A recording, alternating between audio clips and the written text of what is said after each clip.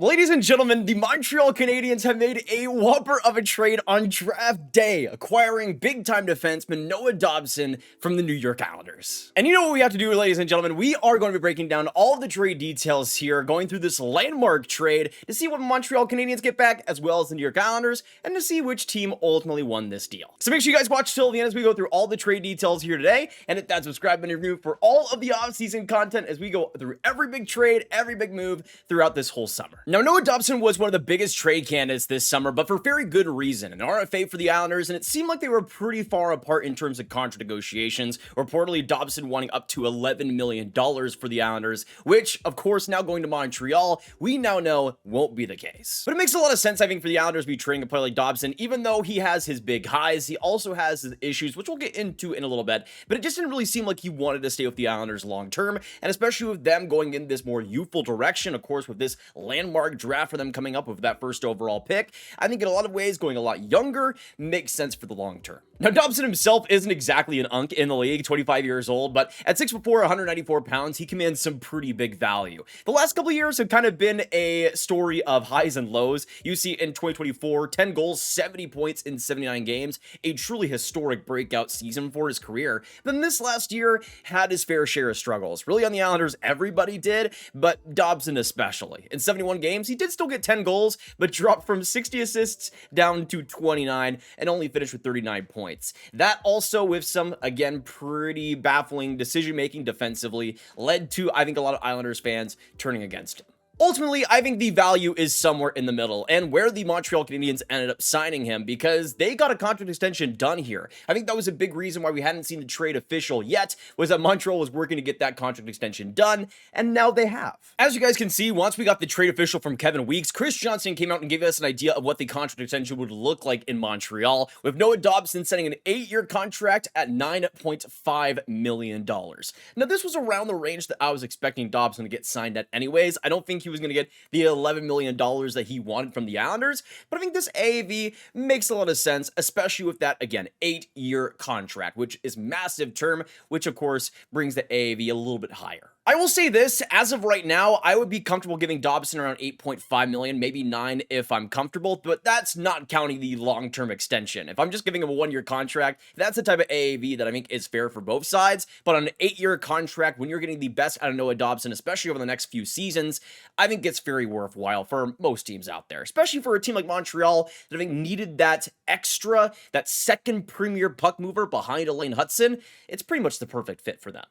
Looking at Montreal's defense and what could happen in the future here, you'll likely have Lane Hudson on the left side of the defense and Noah Dobson, of course, as a right D coming in. But I think there was kind of a need for this Montreal team to get a puck mover on that right side, to bring some momentum, to bring some speed and some skating ability to the right side of the defense. That was something that I think they would have targeted with their first round selections, potentially going after a player like Logan Hensler, especially at that position and that range. That's the exact type of defenseman they need. But now getting a player like Noah Dobson kind of erases the need for a player like that. And even though Logan Mailloux has had his moments, and David Reinbacher, of course, I think still projects pretty decently as a middle pair, two-way defenseman, I don't think there's anybody that really even came close to Lane Hudson's puck-moving ability and offense on the blue line. And I do think if you're going to have the most success in the future, you want to get somebody that can also move the puck on a different pair, make things more difficult, make it difficult for other teams to match up against. If you just have a Lane Hudson on your team and nobody else that can move the puck, you're going to get a Lane Hudson that gets extremely targeted year after year, especially in the playoffs.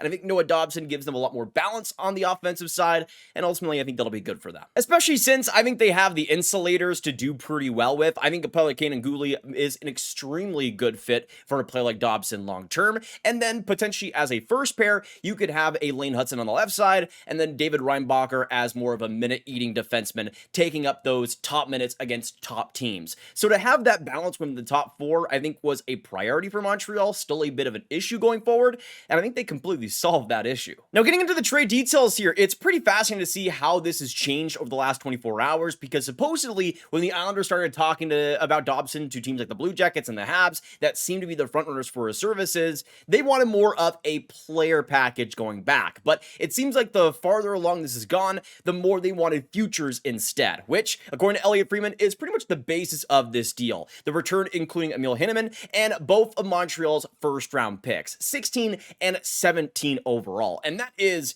massive for both teams involved here. For Montreal, the fact they didn't have to give up a top prospect in this deal is incredible to me. Somebody on a level of a David Reinbacher, he was floated around a little bit, and even though I didn't think he was going to get traded, the fact that you don't have to deal somebody like that is pretty massive. But for a team like the Islanders, I think this is the right direction to go in. I think they need more draft capital. They need to really boost that prospect pool, and getting 3 now top 20 picks for this draft is huge. And I gotta say it too, especially after 16, 17, that's the range of this draft really where I think it starts to drop off. So if New York can get a couple of guys there right at the tail end of that drop off, then I think it works out pretty well for them. And then we get the official confirmation from Frank Seravalli on the complete trade details, where it is just that 16th, 17th overall pick and a meal as well on top of it. And I gotta be honest, I was expecting maybe something else on top of it if Dobson were to be signing long-term with Montreal, but I still don't think it's a fleece by any means. I think this is a very balanced trade, and for both teams, I think they get exactly what they want more of, especially for the Islanders, and we'll see how it happens tonight.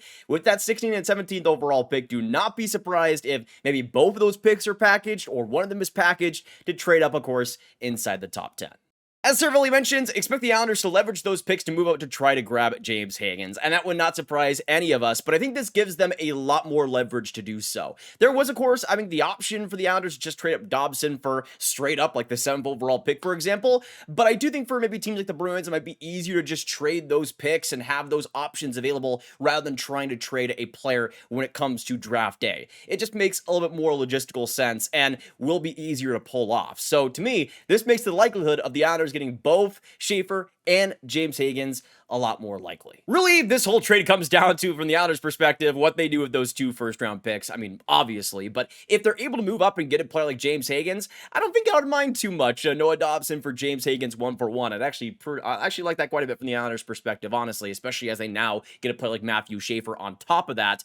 If they do just keep those picks and select them, then I think they could still get some pretty good players. But if they continue to get some risky plays here, if the Islanders continue to wheel and deal, then this can become a legendary trade overnight. So kind of with that expectation, in terms of the grades of this trade, I think for Montreal, they didn't have to give up too much that is so bad for their team in the future. I don't think they sacrificed too much. They still have a great prospect pool, and they didn't have to give up any top prospect or really any prospect whatsoever. So I think for Montreal, I'm going to give them a straight A, exactly what they needed, and didn't really have to give up the entire farm to do so. From the Islanders' perspective, it does still matter what happens next. Let's say they're able to package those deals, get James Higgins, maybe another pick or prospect on top of that, then I think this is also a straight A from the Islanders in that perspective. Though, again, a massive wait and see here, folks. But those are my thoughts on the insane Noah Dobson trade, and hopefully you guys did enjoy. If you did, hit that like button, hit that subscribe button, hit the notification bell. We will be streaming live tonight for the NHL draft, talking about this trade and all the other deals, so make sure you don't miss it right here on the channel. Of course, make sure you share it with all the hockey fans you guys know online. Comment down below your thoughts on this deal, and I will see you guys in the next one. Have a fantastic hockey day,